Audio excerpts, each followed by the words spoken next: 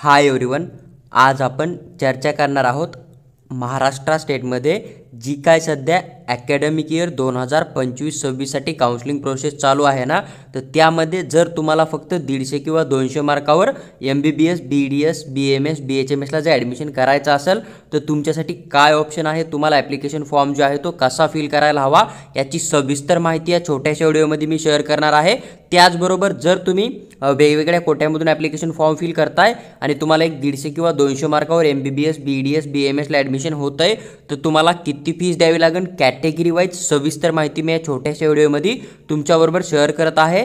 तुम्ही पूर्ण व्हिडिओ पहा, तुमचा प्रत्येक डाऊट या ठिकाणी 100% सॉल्व्ह होऊन जाईल।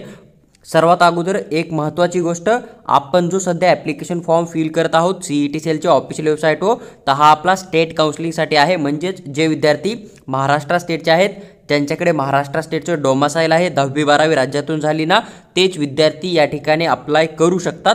जर तुमच्याकडे महाराष्ट्र स्टेटचा डोमासाईल नसेल किंवा तुम्ही 10वी-12वी इथून केलेली नसेल तर तुम्हाला कुठल्याही प्रकारे या काउन्सिलिंगमध्ये पार्टिसिपेट करता येत नाही। 85% स्टेटच्या जागांसाठी जिथून की तुम्हाला कॅटेगरीनुसार फीस लागू होते। तर पहा, आता सर्वात अगोदर आपण जो फॉर्म फिल करणार आहेत या फॉर्ममध्ये जवळपास तुम्हाला या ठिकाणी जेवढे कोर्स मेन्शन आहेत त्या सर्व कोर्ससाठी ॲडमिशन दिलं जाणार आहे। मग जर तुमचा स्कोर चांगला असेल तर तुम्हाला या ठिकाणी रँकनुसार अलॉटमेंट होतं आणि तुम्हाला कॅटेगरीचा बेनिफिट पण दिला जातो। तर मग यासाठी तुम्हाला कोणता कोटा सिलेक्ट करणं आहे।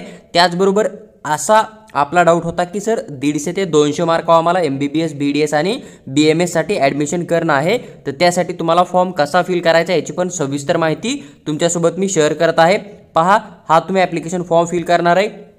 पूर्ण ज्यावेळेस तुम्ही इन्फॉर्मेशन फिल करत खाली येणार आहे ना, जर समजा इन केस एखादा विद्यार्थी जर महाराष्ट्र स्टेटला नाही आहे किंवा तो महाराष्ट्र स्टेटचा आहे पण त्याला ॲडमिशन जे आहे ते कमी स्कोरवर एक MBBSचं किंवा BMS, BHMSचं कॉलेज घेणं आहे ना, तर तुम्हाला या ठिकाणी जो इथं एक मुद्दा दिसत आहे की उमेदवाराला NRIसाठी अर्ज करायचा आहे का, तर या ठिकाणी तुम्हाला यस करणं पडेल। ज्यावेळेस तुम्ही या ठिकाणी यस कराल त्यावेळेस तुमची काउन्सिलिंग जी आहे ती ऑफिशियल NRI कोट्यामधून होते, ही पण गोष्ट तुम्ही लक्षात घ्या। आणि NRI कोट्यामधून तुम्हाला फक्त क्वालिफाय मार्कावर पण तुम्ही जे सेमी गव्हर्नमेंट कॉलेज सिलेक्ट करता कोणत्याही कोर्सचं ते त्या ठिकाणी 100% अलॉटमेंट होऊन जाईल। आता NRI मधून किती फीस लागू शकते तुम्हाला कॅटेगरी वाईज, त्याचबरोबर अजून एक ऑप्शन असतं तुमच्यापाशी, तुम्ही जर फॉर्मला खाली कंटिन्यू करत गेलात तर तुम्हाला शेवटी एक अप्लाय कोटा दिसला होता, त्या ठिकाणी जो तुम्ही कोटा सिलेक्ट करणार आहे ना त्यानुसार पण तुम्हाला सीट अलॉटमेंट केलं जातं।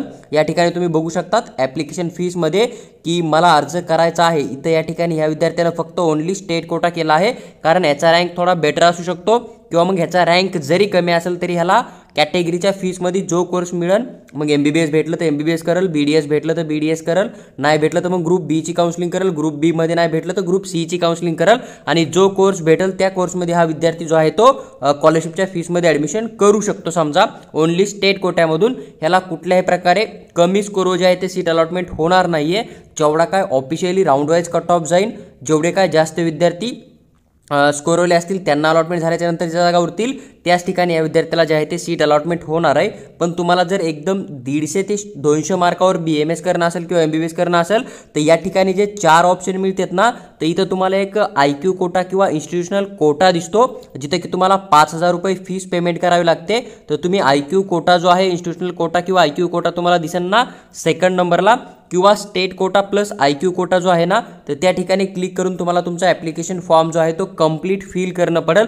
ही गोष्ट लक्षात घ्या, ज्यावेळेस तुम्ही IQ कोट्यामधून फॉर्म फिल करणार आहेत 5,000 रुपये देऊन, त्याच ठिकाणी तुम्हाला जे आहे ते 150 ते 200 मार्कावर MBBS, BDS, BMSचं एक सेमी गव्हर्नमेंट कॉलेज जे आहे ते अलॉटमेंट होऊ शकतं। अजून एक गोष्ट लक्षात घ्या, पण तुमच्या मनात शंका असेल की तुम्हाला स्टेट काउन्सिलिंगमधून पण 3ऱ्या राऊंडपर्यंत ट्राय करणं आहे आणि शेवटी एकदम 4थ्या राऊंडला जर समजा IQ कोटा किंवा मॅनेजमेंट कोट्यामधून करणं आहे तर तुम्ही state quota plus IQ quota करा, 6,000 रुपये जे आहे ती फीस पेमेंट करा, किंवा मग तुम्ही आत्ता जरी स्टेटमधून केलं तरी तुम्ही डायरेक्ट 4थ्या राऊंडला IQ कोट्यामधून डायरेक्ट एंट्री मारून तुमचं मॅनेजमेंटचं सीट जे आहे ते राज्यामध्ये MBBS, BMS, BDS कुठल्याही कोर्ससाठी तुमचं बुक करू शकता। ही गोष्ट लक्षात घ्या। आणि ज्या विद्यार्थ्याला 150 मार्क किंवा 200 मार्क येतात आणि त्याला जर BHMS करायचं असेल किंवा मग असा विद्यार्थी की ज्याला 0 मार्क येतात किंवा मायनस मार्क येतात आणि त्याला फिजिओथेरपी करायचं असेल कॅटेगरीच्या फीसमध्ये, तर त्या विद्यार्थ्याला स्टेट काउन्सिलिंगमधूनच जे आहे ते त्या ठिकाणी अलॉटमेंट होऊ शकतं. त्याच्यामुळे BHMS आणि फिजिओथेरपीसाठी तुम्हाला कुठल्याही प्रकारे IQ कोटा किंवा NRI कोट्याची काउन्सिलिंग करायची गरज नाही, ही पण गोष्ट लक्षात घ्या. आता जर आपण MBBS साठी IQ कोट्याचं बजेट बघितलं तर राज्यामध्ये तुम्हाला मिनिमम 21 लाख जे आहे ते दरवर्षी खर्च बघायला भेटेल. जर तुम्ही BMS साठी बघितलं तर 4.5 लाख ते 5 लाख रुपये जे आहे ते तुम्हाला BMS कोर्ससाठी दरवर्षी या ठिकाणी खर्च बघायला भेटतो. आणि हीच फीस जी आहे ती BDSला तुम्हाला 5 ते 6 लाखापर्यंत दरवर्षी जी आहे ती लागू होताना दिसून येईल राज्यामध्ये. फक्त तुम्हाला काय करणं आहे, ज्यावेळेस तुम्ही ॲप्लिकेशन फॉर्म फिल करणार आहे ना, तर त्यावेळेस तुम्हाला इथं state quota plus IQ quota जे आहे ते सिलेक्ट करणं आहे, तरच तुम्हाला कमी स्कोरवर मॅनेजमेंट कोट्यामधून सीट अलॉटमेंट होऊ शकतं. किंवा सध्या जरी तुम्ही स्टेट कोटा केला असेल समजा आणि तुम्हाला मॅनेजमेंट कोट्यामधून किंवा IQ कोट्यामधून 4.5 ते 5 लाखामध्ये BMS करणं आहे राज्यामध्ये किंवा मग BDS करणं आहे 5 ते 6 लाखामध्ये, तर तुम्ही नंतर ज्यावेळेस चॉईस फिलिंग करणार आहे ग्रुप वाईज, तर तिथं तुम्ही डायरेक्ट IQ कोट्याचे 5,000 रुपये पेमेंट करून तुम्ही मॅनेजमेंटच्या काउन्सिलिंगमध्ये एंट्री मारू शकतात. ही गोष्ट लक्षात घ्या. पण तुम्ही फक्त स्टेटची चॉईस फिलिंग करत जर शेवटपर्यंत वेट केला तर तुम्हाला एवढ्याच कमी स्कोरवर BMS भेटणं किंवा MBBS भेटणं खूप डिफिकल्ट होऊन जातं. पण तुम्ही एक ट्राय करू शकता, तुम्हाला BHMS किंवा मग फिजिओथेरपी कॅटेगरीच्या फीसमध्ये 100% मिळून जाईल. एक गोष्ट लक्षात घ्या, IQ कोट्याची किंवा NRI कोट्याची जी फीस राहते ना, तर IQ कोट्याची फीस कोणत्याही कोर्ससाठी जेवढी जनरल कॅटेगरीची फीस राहील त्याच्या 3 पटीनं जास्त राहते. ही गोष्ट तुम्ही लक्षात घ्या. आणि जो काय NRI कोटा राहतो ना आपला, तर NRI कोट्यासाठी जवळपास 5 पटीनं हीच फीस तुम्हाला जास्त बघायला भेटते. तर तुम्ही ज्यावेळेस IQ NRI कोट्यामधून अप्लाय करणार आहे ना, एक वेळेस पूर्णपणे विचार करून या ठिकाणी अप्लाय करू शकतात. पहा, एक छोटीशी इन्फॉर्मेशन होती.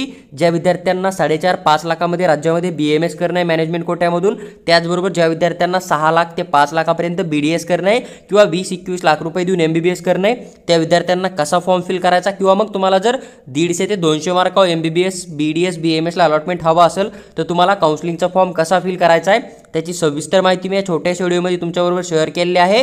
व्हिडिओ आवडला असेल तर लाईक करा आणि चॅनलला सबस्क्राईब करून आमच्यासोबत जोडून राहा. त्याचबरोबर जर तुम्हाला DPT medical consultancy through paid counselling हवा असेल, चॉईस लिस्ट हवी असेल किंवा मग पर्सनल गाईड हवा असेल तर तुम्ही आम्हाला व्हॉट्सअपवर मेसेज टाका. आम्ही तुम्हाला त्याच्याबद्दल सविस्तर माहिती नक्की शेअर करू.